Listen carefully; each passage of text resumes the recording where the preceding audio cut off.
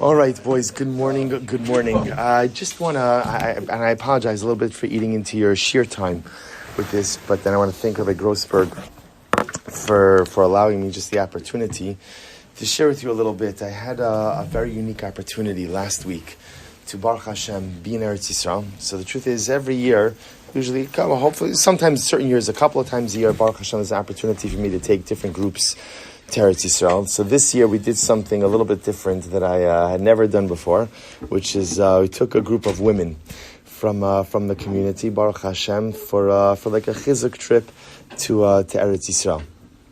And the point of it really was to. Tourism is down in Eretz Yisrael, as you can imagine. I don't know if anyone's been to Eretz Yisrael lately, but tourism is down. The economy is devastated, and people just generally aren't going, which makes sense. It's the middle of a war. It's not so pashut. It's not life like you know in Eretz Yisrael. You know, for those of you who have had the privilege, and I was there with my family for Hanukkah, and you know, Eretz Yisrael Hanukkah is, I always say like Hanukkah. Because I have a shul, I don't really get to go to Eretz Yisrael for Yom Tovim so much. So Chanukah is the one yontiv that in the past I've gotten to go for. And Chanukah is so unique in Eretz Yisrael because in America, you know, what happens Chanukah? What's Chanukah like here? You know, what's Chanukah like here? No one's ever had Chanukah here? Awesome. Awesome. Beautiful. My what? favorite holiday. Beautiful. And what? Yeah, good. That's a good reason. But like in general, it's like regular. You know, like it's a regular day. The difference just is that you go home and you go ahead and you light the menorah. Yeah, okay. Maybe you have a family party, a little bit of a chagiga and yeshiva. But otherwise, it's in Eretz Yisrael. So Chanukah is just like the whole. You mamish feel like it's yontiv. And I remember even when we were there this year, Chanukah. Just such a different feel and such a different emotion, and understandably so. Since October 7th, everything in Eretz Yisrael changed in such a fundamental way. So it took this group from the shul, from the greater community, a women's trip. So all right, it was not so pashut for me to always find my place in a women's trip, but I was there, Baruch Hashem, to teach a little bit of Torah and to help kind of guide the group a little bit. And I wanted to share with you just some of the things that we experienced there that were incredibly overwhelming. And when I say overwhelming doesn't have to mean sad. Overwhelming sometimes just means just that, overwhelming. You know, we all have experiences in life which change who we are. We don't emerge from them the same type of people. So the truth is, today actually I'm only going to share with you really like one experience. Hopefully over the next number of months at different times I could share with you different things because it's too much to even try to pack in just into one day. But just to give you an idea, our trip was, and I'm sharing this with you because to me, I think that these experiences, even if you don't experience them firsthand, but to hear about them, hopefully give us a little bit of like a vision of who we need to become, what we need to do, and how our lives need to change given everything that's happening to our people. So, you know, on one hand, there were certain experiences which I'll call like geographic experiences. We had the opportunity to go down to the south of Eretz Yisrael, to what they call Otef Aza, the Gaza envelope, and we got to see some of the southern communities that were really impacted by October 7th. We went to a place called Zikim. Zikim is a beautiful little community right on the beach. Literally, again, it shares a beach with the Gaza Strip. So this was one of the, you know, some of you guys heard, I'm sure, that on October 7th, so the terrorists, Hamas terrorists, infiltrated by sea, air, and land. Right. So one of the places where they infiltrated by sea was in this community of Zikim. Literally beautiful little community. And really, like right on the water. We were taken around by a young man by the name of Elior. And again, I'll save the story for a different time. But Elior was one of the members of what they call the Kitatit Konenut.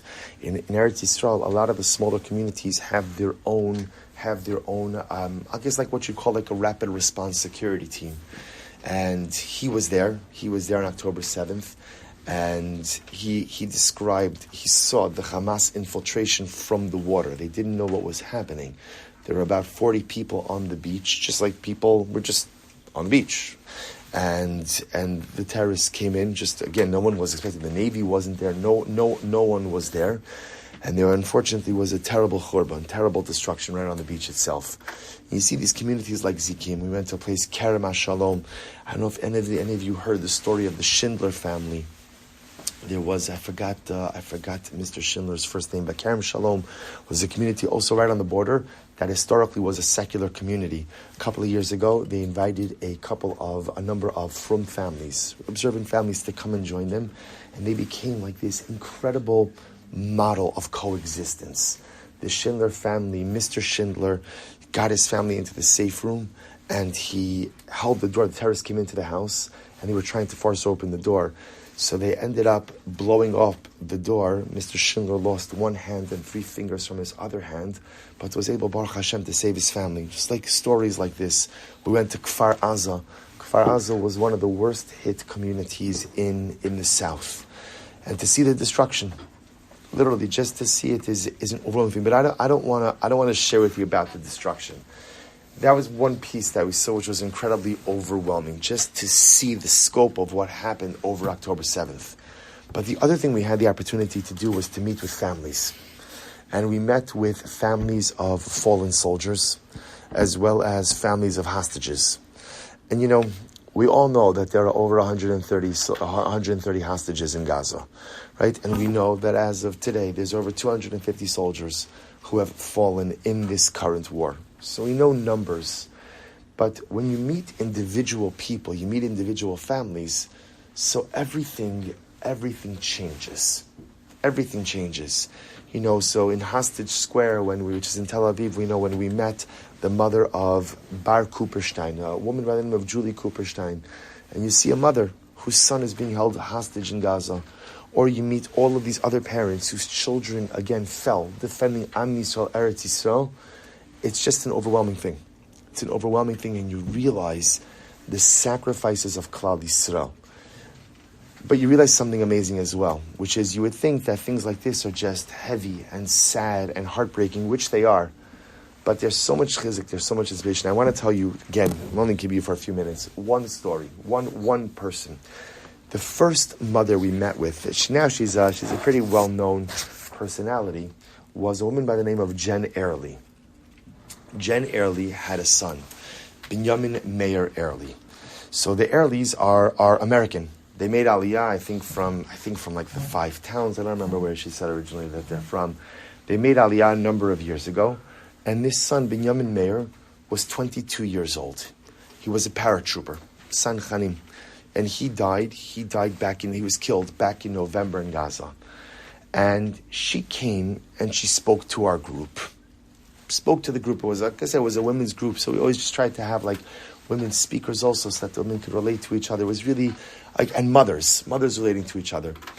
And so Mrs. Airley, Jen Airley, spoke about her son Binyamin Meir, and she tells the story, and it's an incredible story. Binyamin kept a diary for the war, like a war diary, and after he was killed, his mother very much wanted to get back that diary. And for whatever reason, like the army wasn't giving it to her, the friends weren't giving it to her, she was very distressed by it. So she tells the story that she went up to Binyamin's room, and she was really like, she wanted that notebook from her son. She no longer had her son, she wanted that notebook, which she felt would have had like his just innermost thoughts and different things, and for her it was a way to connect with her son. So she tells the story that she's sitting in her son's room, and really like heartbroken, of course, understandably so. And she finds on Binyamin's desk a piece of paper, and she opens up the piece of paper, and it's a list of 55 things. Binyamin, Hashem Yikom Damo, had made a list of 55 things that he wanted to accomplish in life. Now let me tell you a little bit about this guy. By the time he was in 10th, 11th grade, he had been through 7 schools. 7 schools. He was a rambunctious young man. He was a troublemaker. These are the words of his mother. He could not find his place. He literally hopped school to school to school. So as you know, sometimes people think, sometimes it's hard for kids to make Aliyah. She says it wasn't about Aliyah. he couldn't behave. Like he could not behave. He could not sit still. In 11th grade, she said something came over him. And she said it's almost as if he had this moment. And so like when I heard this story, I was like, this is incredible. She said he had like this moment where he said, either I could just like spend my life fooling around, and I could be a joker about everything, and I could take nothing seriously, and I could be sarcastic, cynical, and just be like one of those guys who just always has a quip, right? A sarcastic comment, a this, a joke, a shtach to this one or to that one. And I could waste my life like that. Literally, 11th grade, this is when he had, and by the way, not because anyone, it's not like he got, into trouble somewhere. Sometimes you hear these stories about kids who, get themselves, into a really bad place. And suddenly, again, oh my gosh, I got to turn around. No, he was fine. He was a nice guy. He had a good personality. He had plenty of friends. But he had, this moment, what we call, an epiphany. This moment where he's like, I could do more. I don't have to spend my life being a joker. I don't have to spend my life just being sarcastic. I don't have to spend my life just putting people down or making quips or always the guy with the one-liner or the zinger. I could do something more with myself. So she says in 11th grade, he compiled this list. She was able to tell, she never knew about this list before. He said in 11th grade he compiled this list. She was able to tell it was 11th grade because of some of the things that he wrote. And she went through, not all 55, but a lot of the things that he wrote on this list. And I wanted to share with you some of them. And it's a real range. One of the things, he wanted to go to Uman.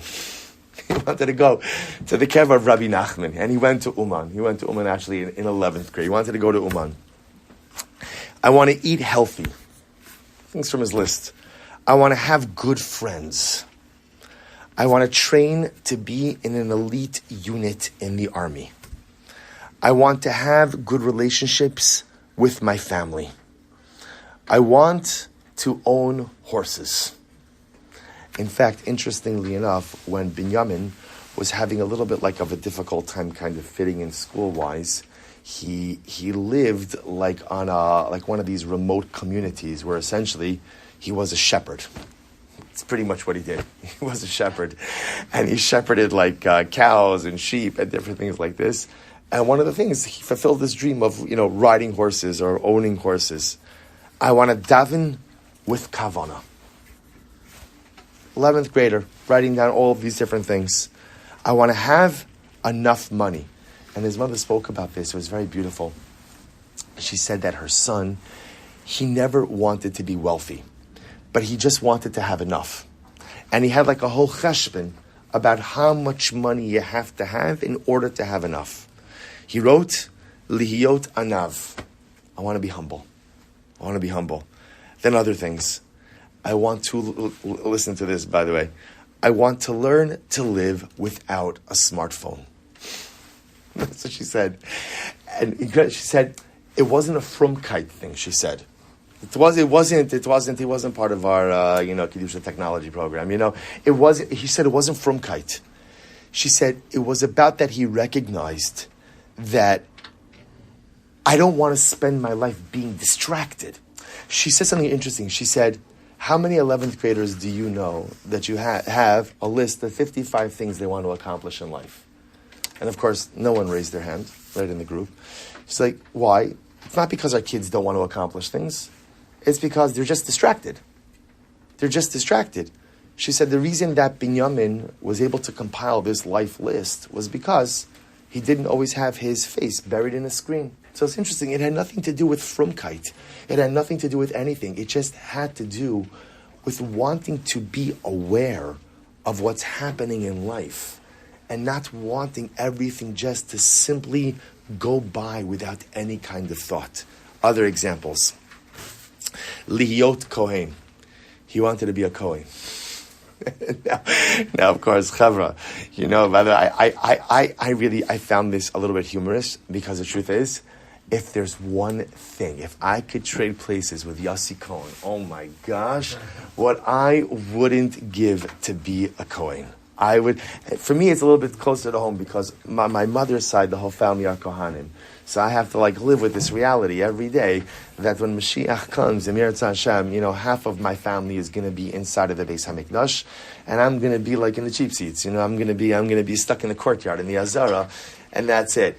And she said when she saw this, this is the one thing she said she couldn't understand.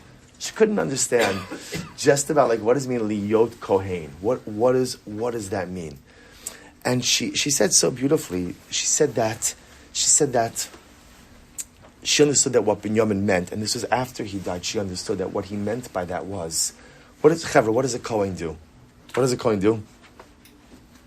What's a kohen's whole life? Serve to God. Right? A servant to HaKadosh Baruch Hu.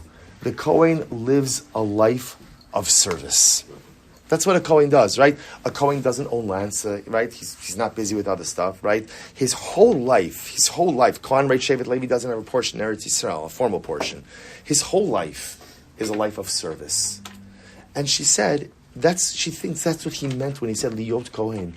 Just I want to live a life of service, after Binyamin died. So his mother said that his friends came and told him that the one thing that Binyamin said from October 7th, from the time that he was fighting, is he said, I was born for this war. That this war, this is my tachlis. This is my purpose. That's what it means, liyot kohen. Just what is it to be? I want to live a life of purpose. I want to live a life of service. I want it to be that I'm just not just floating my way through life without direction, without meaning, without something. I want it to be that what I do makes a difference. Two last ones. Shelo levazvez et hayecholot sheli. I don't want to waste my abilities. And Chevra, again, I can't say enough, see, if somebody 30 years old, 40 years old was writing this, okay, it makes a lot of sense.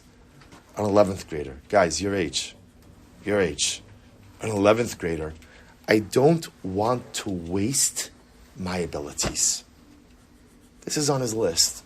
I don't want to waste my abilities. One more, la'avin lama bati liolam, to understand why I came to this world. It's reminiscent of the words of the Ramchal. Right? So Moshe Chaim Latzato writes in the introduction of Mesilas Yesharim, Machavaso ba'olamo. Right? A person has to ask themselves, what is the purpose of my life in this world? And again, there's many more because I only gave you a few. But I was so amazed by this. So I was amazed by this on a number of levels. The only reason, and maybe, did you guys ever hear the name Binyamin Airley before I just shared it with you? Anyone ever hear of him? So the truth is, the only reason now that you've heard of Binyamin Airley is why? Because he died. Right? Because he was killed by Hamas. And by the way, I'll just point out, how was he killed by Hamas? She told this story, and it was absolutely incredible. He was one of the commanders of his group. They had intelligence. They were in northern Gaza. They had intelligence. They had to go into a building, but they had intelligence that there was an ambush in the building. There was an ambush in the building. So the three commanders, so the way, how does it normally work? I don't know, I guess the way it normally works in an army is the commanders are the ones, so they would send in a small team of soldiers to go ahead and see if there was an ambush or not. The commanders, because they only had intelligence that there was a potential of an ambush, but they didn't have enough specific intelligence, the commanders would not send their soldiers in. The three commanders went in themselves. So Binyamin and the two other commanders, and they were killed in that ambush. There was an ambush. They were killed in that building, but they saved the lives of the rest of their soldiers. So what's incredible to think about is, had Binyamin Airley not been killed in combat, we would have never heard of him. Why? Because he's just like a regular guy, like so many other regular guys in Klal Yisrael. But it is incredible to see that this regular guy in 11th grade had this list of 55 things that he wanted to do, that he wanted to accomplish. And it's incredible. And it's overwhelming. And again, this is not chevra. This is not some tzaddik. I mean, he is a tzaddik. He died al kiddush Hashem for Am Yisrael and for Eretz Yisrael. But I'm saying, like, this is not some story of someone, who, learned Shas 55 times by the time that he was, 11 years old. Or it's not someone who slept, on the benches of the base medrash. Or not someone classically who, like, Art Scroll's going to write their biography about. He was a regular boy. A boy. Just like all of you. I would say just like me, but I'm not a boy anymore. I wish I was like this when I was a boy. Just a regular kid. Like all of you. But he was a regular kid who decided that he wanted something more out of life. And he left behind this incredible list. But here's the two things I would tell you. Two things. Number one is his mother said something amazing. She said, the list itself is incredible. But you know what's even more incredible? That he actually fulfilled about 95% of the things that were on his list. He was killed when he was 21 years old. 21 years old. He went ahead and he fulfilled close to 95% of stuff that's on his list. Now guys, I don't know about you. Every week I make for myself a to-do list. And unfortunately, I often don't get through most of it. And I could blame I don't have enough time, I don't have this. The truth is, if I wanted to get through more of it, I could. And here was a kid, 11th grade, made himself a list of 55 things that he wanted to do over the course of life. And he only lived until the age of 21. But yet, again, with all of that, accomplished 95% of the things on his list. It's incredible. And the story itself is an inspiration. And the story itself is something that requires of us to really think about. Like, what do we want to do? What do we want to be? His mother told over that after they were killed, he and the two other commanders were killed in the ambush. So the soldiers obviously ran in afterwards, because we know that unfortunately, again, what Hamas does, Yimach Shemam, is they take bodies, right? It's not just that they kill, but they take bodies as well. So the soldiers went in after they recognized what happened, but they were unable, because I guess because it was an ambush, there was like a lot of live fire around. They were unable to take the bodies out, so the soldiers had to stay. So Mrs. Airley was saying that the soldier who sat with Binyamin's body, it's really overwhelming. He told the mother two things. He says, number one, he said Binyamin had a smile on his face.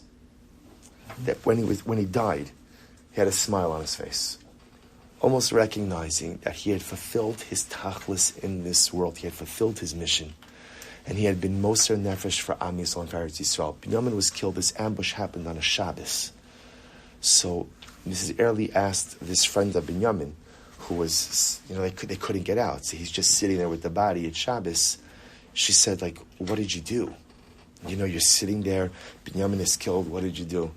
And the friend said, the only thing I could think to do was to sing Zmiros together with Binyamin's neshama.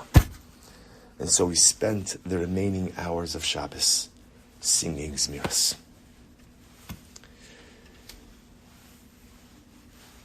So besides the fact that it was overwhelming to hear a mother tell this story about her child, but boys, I'm sharing this with you, not really for the heartbreak of it, because it is heartbreaking. I'm sharing with you because of just, to me, I walked out of this, she spoke to the group, right before, like on the first night, and I walked out, and I said to myself, I am just so overwhelmingly proud to be part of Am Yisrael. I'm so overwhelmingly proud to be part of this nation. Mi ke'amcha Yisrael. Who has people like us? Who has holiness like us? Who has strength like us? And Chevra, a lot of times like you hear these stories and you're like, you know what? Okay, so that's Binyamin Airley. So Binyamin Airley was cut from a different cloth. That's not me. But it's not true. We're all cut from the same cloth. We all have the same spiritual DNA. We all have those same exact kochos. The difference just is that Binyamin, Hashem Kom Damo, Binyamin actualized them. He utilized them. He pushed himself. And a lot of times in life, just we're not forced to push ourselves in the same way. But this is our nation. This is our strength. And I can tell you again, I'm not gonna go on more stories for today. We'll save it for a different time. But I can tell you that we met so many children like this. So many incredible children like this. And again, the reason I wanted to share with you the story of Binyamin Airley is because he wasn't the straight A student, right? This is not the kid. This is not the kid who was in the AP class. This is not the kid who was doing trigonometry, right? This was not, this is not, the kid who was always doing everything perfect, right? He was like the model student, the model child. Mrs. Airley said, I don't remember how many children she said she has, but she said, Binyamin was my most difficult child. She said it, and everybody laughed a little bit because she said he gave me a run for my money. It was never easy. It was never easy. But yet this kid, which I'm sure, by the way, in many schools, was written off as the problem kid, right? And this kid who gave his parents a real run for the money, right? Look what he accomplished. 55 things on a life list. And by the age of 21, had accomplished more than 95% of them. So boys, I think it's something for us to take to heart a little bit. So first of all, to me, I will tell you, after I heard this, the first thing I did is I made a list. Because, it's interesting to think about, I'm talking to myself, what do I want to accomplish in life? And by the way, what was incredible about Binyamin's list is it wasn't just about, career or different things like that. It was just, about what do I want for myself from life? Here you had a young boy who said, you know what, I want to be close with my family. I want to be humble. I want to learn how to daven with kavana. And it's such a real list. Right? Because if he's asking, right, if he's writing on his list that I want to be able to daven with kavana, what does that tell you? What does that tell you? He doesn't already. I'm sorry? He doesn't already. He doesn't already. That means that he's not doing it yet, right? If he was doing it already, he wouldn't need to put that on the list. So it's such a real list about where I am, but ultimately, again, where I want to be. So I don't know. I throw it out there. Maybe it's something to think about a little bit. And maybe it's not 55 things. But maybe it's 5 things, and maybe it doesn't have to be like a life list. Maybe it's even just like a weekly list or a monthly list. Just like the little things I want to work on. The little things, a list that you don't share with anyone but yourself. A list that's just between you and HaKadosh Baruch Hu, or you and yourself. And just to kind of put for ourselves life goals. Binyamin was fortunate in that he made the list and he had the courage to act on the list. So that even though he only had 21 short years on this world, it feels to me like he accomplished in that short time more than what many people accomplish in a life that spans 4 or 5 times that amount of time. So think about your list. Think about your list. Think about putting together that list. Think about the things you want out of life, the things you want to do, the things you want to be. And just because you're in 9th grade, 10th grade, 11th grade, 12th grade, you say, I'm a kid, I have time for things like that. Binyamin Airley was also just a kid when he got started on that list. But I have no doubt that having that list is what pushed him to accomplish more and more. So boys, thank you to Rebbeim, thank you for giving up your time. I know it's precious sheer time. But I think stories like this are they're important. They're important because we should just know the nation that we belong to. And we should just know the Am that we're a part of. Again, and it's important, right? Esther Malki hears about the decree, and the first thing she says is, Lech kenos eskola Yehudim. Get everybody together. And getting everybody together doesn't just mean geographically everybody being together, but getting everybody together also means feeling a sense of connection. So at least now, hopefully, you feel connected to one more Jew who gave his life for you, who gave his life from you, gave his life for us. Because when Binyamin Airley ran into that building knowing that there was a Hamas ambush that was there, why did he run in? He ran in for us, so that our nation, should continue to exist, so that our nation should continue to have Eretz Yisrael. and now hopefully we feel just a little bit more connected to his story, a little bit more connected to his mishpacha, a little bit more connected to his neshama. So guys, take it to heart. Find some way to Emeretz Hashem internalize. I hope to share with you over the coming weeks with Rabbi Grossberg's permission, your Baim's permission, other pieces. This is just one story of probably about 15 stories like this, each of them with their own unique kind of angle to them. But I wish you guys a good rest of the day. Emeretz Hashem. Enjoy the break. And again, thank you for listening. Very good to see you. Did you have the list? Yeah, so this, so actually I could send you.